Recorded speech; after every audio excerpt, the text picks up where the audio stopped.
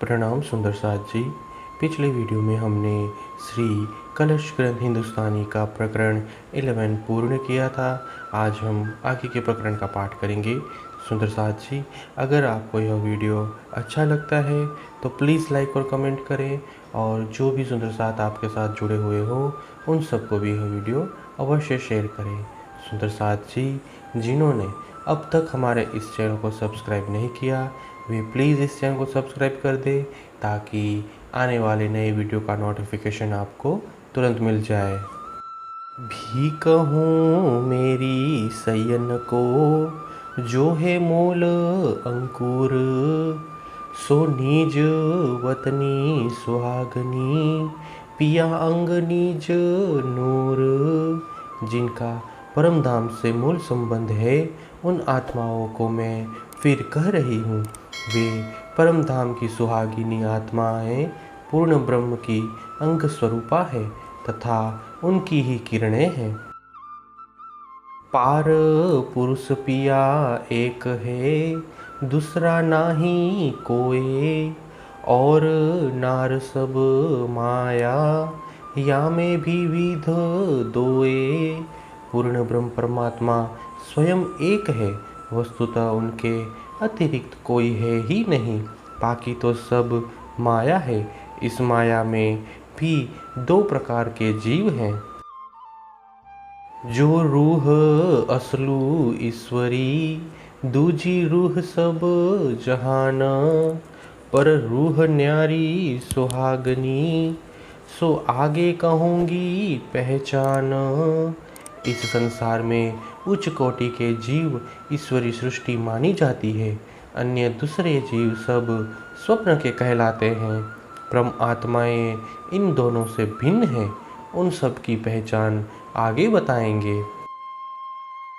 सैया सुख निज वतनी, ईश्वरी को सुख और, दुनी भी सुख होसी सदा, आगे कहूँगी तीनों ठोर। परम धाम का असली सुख ब्रह्म आत्माओं का है, ईश्वरी सृष्टि का सुख उससे भिन्न है। स्वप्न के जीवों को भी अखंड सुख प्राप्त होंगे। इन तीनों का विवरण आगे देंगे। ए लक्षण सैया अंकुरी, जो होसी इन घर, ए बचन वतनी सुन के, आवत है तत्पर। जो परम धाम की आत्माएं हैं, उनके ये लक्षण हैं कि परम धाम की बात सुनते ही वे धाम के मार्ग पर तत्काल आ जाती है। अटक रहा साथ आधा आधा, जीनो खेल देखन का प्यार, एकिया मूल इन खातर, जो है तामसिया नार। व्रज और रास की लीलाएं देखने के बाद भी आदि यानी तामसी सखियों के मन में सांसारिक खेल देखने की इच्छा बनी रही, इसीलिए उनकी सुरता संसार में अटकी रही। वस्तुतः जागनी ब्रह्मांड की संरचना मूल रूप में इन्हीं तामसी सखियों के लिए ही हुई है। भूल गैया खेल में, जो सैया है समरथ, प्रकाश पियू का मुझ पे, केहे समझाऊं अर्थ। परम धाम की समर्थ आत्माएं भी इस खेल में आकर स्वयं को भूल गई। मेरे पास धामधनी का प्रकाश है, उसके द्वारा मैं ऐसी सभी आत्माओं को परम धाम का ज्ञान समझाऊंगा। सबन को भेली करूं, दृढ़ कर देऊं मन, खेल दिखाऊं खोल के, जिन विद ए उत्पन्न।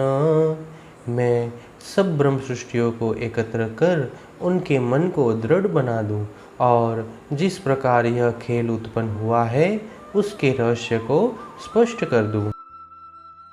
एक खेल है जोरावर, बड़ो सो रचियो छल, ए तब जाहिर होए सी, जब काढ़ दिखाऊं बल। यह छल रूपी मायावी खेल बड़ा ही शक्तिशाली है। मैं जब इसके रहस्य को खोलकर बताऊंगा तब इसका रूप स्पष्ट हो जाएगा। तुम नाही इन छल के, छल को जोर अमल, सांची को झूठी लगी, ऐसो छल को बल। है ब्रह्म आत्माओं, तुम इस छल माया की सृष्टि नहीं हो। माया का नशा तो बड़ा ही प्रबल है।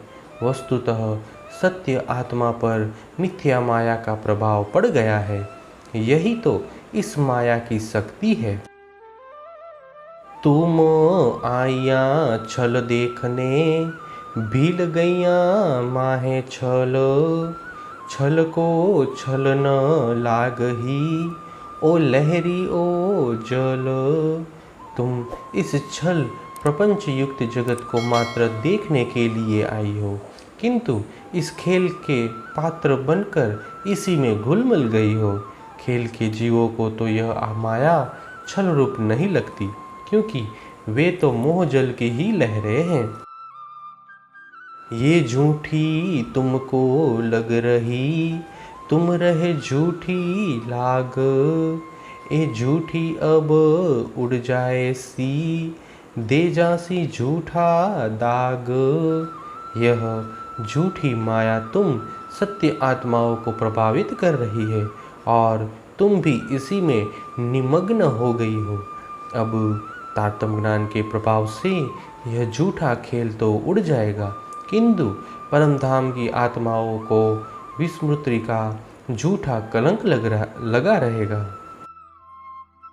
हासी होसी अति बड़ी, जिन देव मोहे दोष, कमी के है मैं ना करूं, पर तू में छल हुआ सिरपोस। तब श्रीराज जी के समक्ष तुम्हारी बड़ी हंसी होगी। उस समय मुझे दोष मत देना। मैंने तुम्हें समझाने में कोई कमी नहीं रखी है, किंतु यह माया तुम्हारे सिर से लेकर पांव तक का झूठा आवरण बन गई है। मांग लिया कसम पे, ए छल तुम देख न, जो कदी भूलिया छल में, तो फेर न आवे ए दीन। तुमने धामधनी से यह दुख रूपी खेल देखने के लिए मांगा था। यदि तुम इस छल में आकर धामधनी को ही भूल जाओगी तो फिर उन्हें पहचानने का ऐसा महत्वपूर्ण दिन कभी नहीं आएगा। तुम मुख नीचा होए सी, आगू सैया सबन, ए हासी सत ठोर की, कोई सैया कराओ जीन। यदि तुम इन सारी बातों को भूल जाओगी तो श्रीराज जी और अन्य ब्रह्म आत्माओं के समक्ष तुम्हारा मुख नीचे रहेगा। ये आत्माओं, सत्य परम धाम में इस प्रकार अपनी हंसी मत कराना। दुख ले चलसी इत थे, नहीं आवन दूजी बेर, तीन क्यों मुख ऊंचा होए सी, जो पिया सो बैठी मुख फेर। यदि इस जगत से चलते समय विस्मृति का दुख साथ ले जाओगी तो उससे मुक्त होने के लिए पुनः यहाँ आया नहीं जाएगा। यहाँ पर जो आत्माएं प्रियतम से विमुख रही हैं, परम धाम में उनका सिर कैसे ऊंचा होगा। तुम्हें सुध पियू ना आपकी, ना सुध अपनो घर, नाही सुध इन छल की, सो कर देऊ सब जाहिर। तुम्हें न अपने धनी की शुद्धि है, न अपनी पहचान है, न अपने मूल घर परम धाम की शुद्धि है और न ही इस छल की शुद्धि है। इसीलिए अब मैं तुम्हें यह सब स्पष्ट कर दूं। मैं देखाऊं तीन विध, जो होए पहचान छल। जब तुम छल पहचानिया, तब चले न या को बल।